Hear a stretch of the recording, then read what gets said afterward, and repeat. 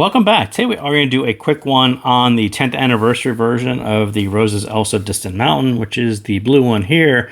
This is kind of a gift packaging, slightly reworked version of the Distant Mountain, which is this one.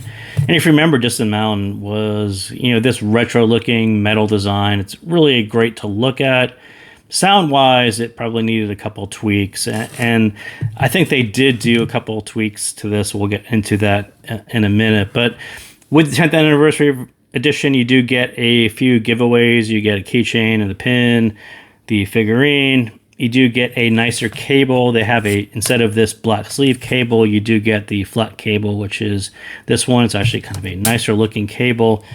But generally, I wouldn't say that this is a radical redesign or anything. I think they just kind of tweaked a couple bits to make it look a little bit more attractive, to set it off from the original. So now the headband is a bluish leather, and it actually pairs well with that. So theme-wise, they kind of created a nicer theme for the 10th anniversary edition. They gave you a couple nice souvenirs, or I think they call it giveaways, in the box. The box is still gigantic. It is right there. So we'll kind of move these things out of the way, and we'll talk about what is a little bit different about the 10th anniversary edition compared to the original one. So move this out of the way. You do get a postcard in case you want to mail that to one of your friends. So what is it? And I will say the design is very similar to the original. It's still this vintage 1984 is what they call it, this metal design. Still has a 40 millimeter dynamic driver. It does have better MMCX. I think these, and again, they're still a little bit hard to get into. I think the original Distant Mountain were like really, really hard for me to get those to click in. These click in a little bit easier, but I'm still not taking it off. It will stay there forever. But I do think that they probably addressed it with just the new cable, so it's a little bit easier to click in. And you do get a USB DAC included, which don't have here because I think I forgot it because I didn't really like it a whole lot.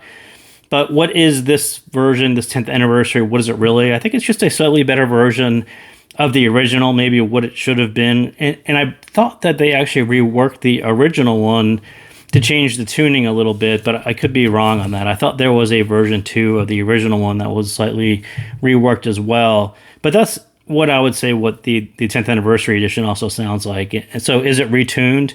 And my guess is no, they didn't really retune it, but they did make a change to it. There's a different driver angle, or there's something else between the driver and the ear is actually a little bit different than the original. Because what's noticeable to me is the upper range is now audible over that upper mid peak. It still has a very similar upper mid peak to the original, but it stages more like a headphone now, kind of the way they should. And it kind of moves the vocals out from between your ears, and it just sounds better. Even if I wouldn't call it a retuning, I still think that the newer one sounds better than the original because they did something. I'm just not sure what exactly they really changed on this one. So who should really buy this one? Again, you want the vintage look. I think both of these have this really great vintage look.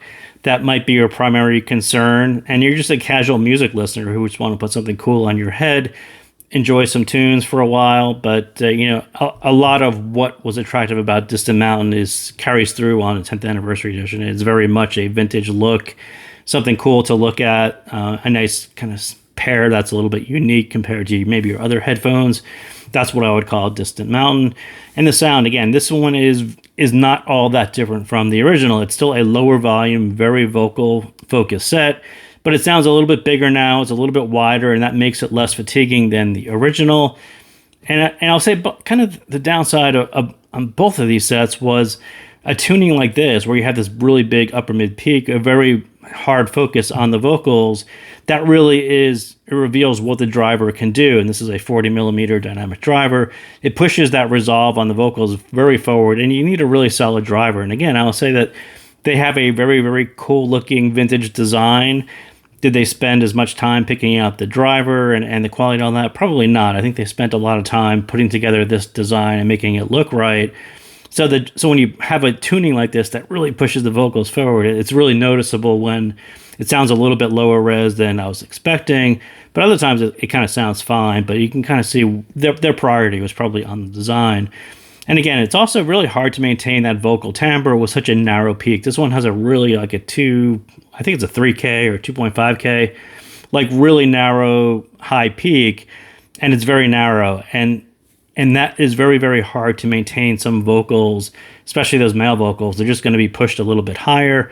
If you lower the volume, it tends to counter that effect. But it was a challenging tuning to really pull off, having vocals sound right across a wide range of genres with such a narrow peak, and that's kind of what they did. So again, the peak was on this one. It's a little bit better, a little bit different sounding on here, but generally these both, I would say, are still both very vocal focused.